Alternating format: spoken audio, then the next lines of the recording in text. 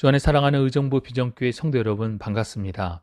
10월 14일 목요일, 오늘 우리에게 주시는 하나님의 말씀은 욥기 7장 11절로 21절까지의 말씀입니다. 먼저 본문의 말씀을 봉독하겠습니다. 그런즉 내가 내 입을 금하지 아니하고 내 영혼의 아픔 때문에 말하며 내 마음의 괴로움 때문에 불평하리이다. 내가 바다니이까 바다 괴물이니이까 주께서 어찌하여 나를 지키시나이까.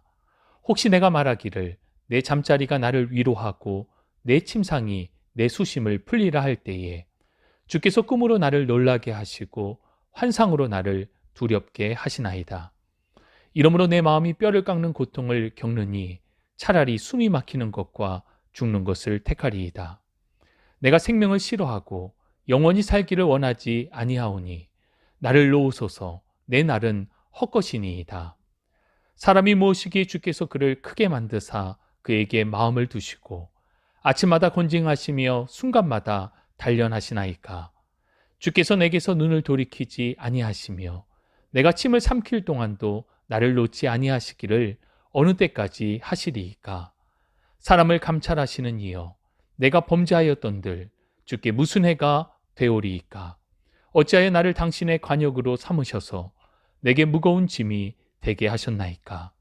주께서 어찌하여 내 허물을 사하여 주지 아니하시며 내 죄악을 제거하여 버리지 아니하시나이까. 내가 이제 흙에 누우리니 주께서 나를 애써 찾으실지라도 내가 남아있지 아니하리이다. 아멘. 어제 말씀에 이어 욥은 하나님께 자신의 마음을 토로하는 기도를 하고 있습니다. 그런데 이 기도의 내용이 상당히 극단적입니다. 욥은 고통 중에 이제 하나님의 관심에서 자신을 놓아달라고 기도합니다.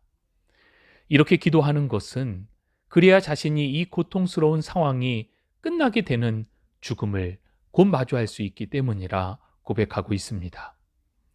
11절의 욥은 마음의 괴로움과 영혼의 아픔을 하나님께 고하되 불평하며 탄식의 기도를 합니다. 절박한 상황에서는 정제되고 이성적인 말이 나오기 어렵기에 욥은 거친 말로라도 자신의 심정을 있는 그대로 하나님께 아뢰기를 자처하는 것입니다.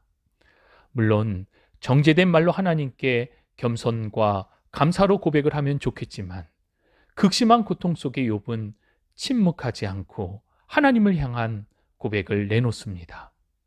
삶이 너무 아프고 고통스러울 때, 혹 원망과 탄식이 섞여 있다 할지라도 기도는 매우 중요합니다. 왜냐하면 기도 자체가 하나님을 향한 신앙이기 때문입니다. 12절 이하의 말씀을 보면 욥이 가장 고통스럽게 느끼는 부분은 의외로 하나님의 관심입니다. 하나님은 욥에 대한 지대한 관심을 가지고 계시며 그를 지키십니다. 그러나 욥은 하나님의 이러한 관심과 보호가 싫다라고 고백합니다. 12절의 바다와 바다 괴물은 당시 고대 근동에서는 신의 창조 질서를 위협하는 존재로 여겼던 대상입니다. 때문에 창조주의 감시가 필요한 대상이라고 생각했습니다.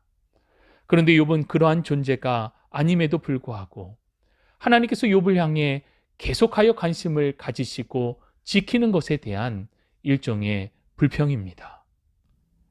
욥은 그의 고백대로 지나가는 바람, 한낮, 숨과 같은 존재인데 영원히 사는 존재로 여기는 마치 바다와 바다괴물처럼 자신을 감시하는 것은 이치에 맞지 않다는 것입니다. 13절과 14절, 하나님은 욥을 가만 내버려 두지 않고 괴롭히는 존재로 욥이 묘사합니다. 낮에는 혹독한 피부병에 시달리고 있는 욥은 밤에만이라도 깊이 잠들고 싶어 했습니다.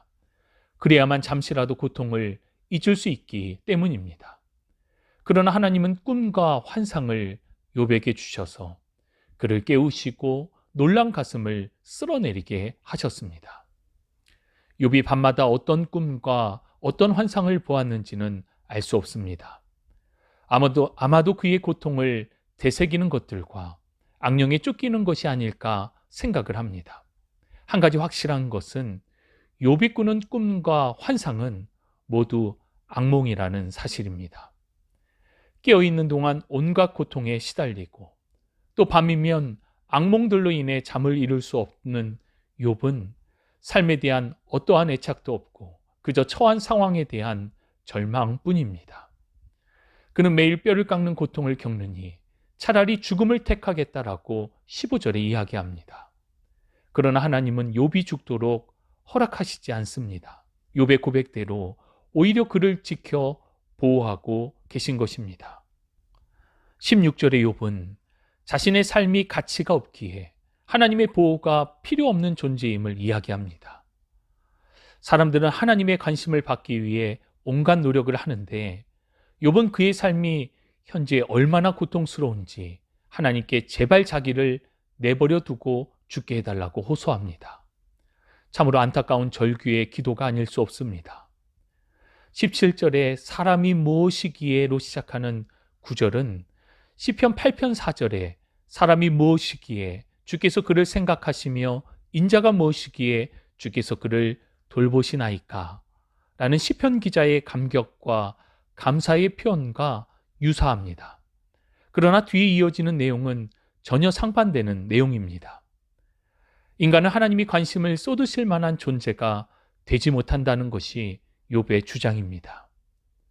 이렇게 미천한 존재를 향하여 하나님이 아침마다 권징하시고 순간마다 단련하시는 것은 별 의미가 없다라고 18절에 이야기합니다. 그리고 19절에는 이런 하나님의 관심을 이제는 거두어 달라라고 이야기합니다. 그러면서 20절에 자신은 너무나도 비천하고 별 볼 일 없는 존재이기 때문에 설령 죄를 짓는다 해도 하나님 앞에 별다른 해가 되지 않는다 이야기합니다. 욥은 분명 기억나는 죄가 없습니다. 그의 친구들이 회개를 하라고 이야기할 때도 욥은 자신이 지은 죄가 없다며 이를 받아들이지 않았습니다. 그러나 21절에 만일 자신도 모르는 사이에 하나님께 죄를 지은 것이 있다면 주님이 용서해 주시기를 바랍니다. 욥이 이러한 기도를 하는 것은 하나님이 그의 죄를 용서하심을 통해 욥이 생각하는 결과는 죽음입니다. 혹 죄 때문에 그를 죽게 내버려 두지 않으시는 것이 하나님의 이유라면 자신의 죄를 용서해 주셔서 자신이 평안히 죽을 수 있게 하여 달라는 것입니다. 욥의 이러한 기도는 분명 성경의 가르침과 위배되는 부분들이 적지 않습니다. 그럼에도 이후 하나님께서는 욥이 했던 이러한 탄식의 기도로 말미암아 그를 책망하지는 않으셨습니다. 예레미야 선지자 또한 고통 중에 하나님께 탄식하는 기도를 할 때에 하나님은 그 예레미야를 책망치 않으셨습니다.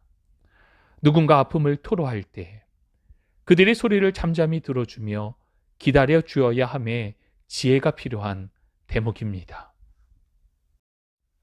오늘 본문의 말씀 속에 우리가 함께 생각하여 보기 원하는 것은 하나님의 관심과 감시의 차이입니다. 욥은 여전히 하나님을 믿고 하나님의 신앙 안에 있습니다.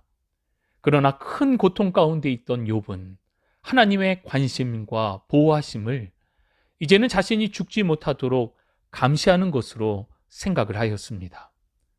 상황과 처지가 바뀌자 하나님의 보호와 관심이 그에게는 감시가 되어버린 것입니다.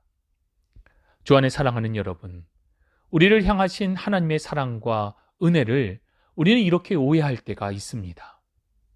지금 당장의 어려움과 해석되지 않는 상황을 만날 때 그러한 것 같습니다. 그러나 하나님은 우리를 사랑하시고 우리를 지키시고 인도하시는 은혜의 주님이십니다. 하나님의 보호와 관심 안에서 감사와 찬송으로 오늘도 복된 삶이 되시기를 주님의 이름으로 축복합니다. 하나님 감사합니다. 오늘도 주시는 주의 귀한 말씀을 받습니다. 하나님은 변함이 없으신 신실하신 하나님이십니다.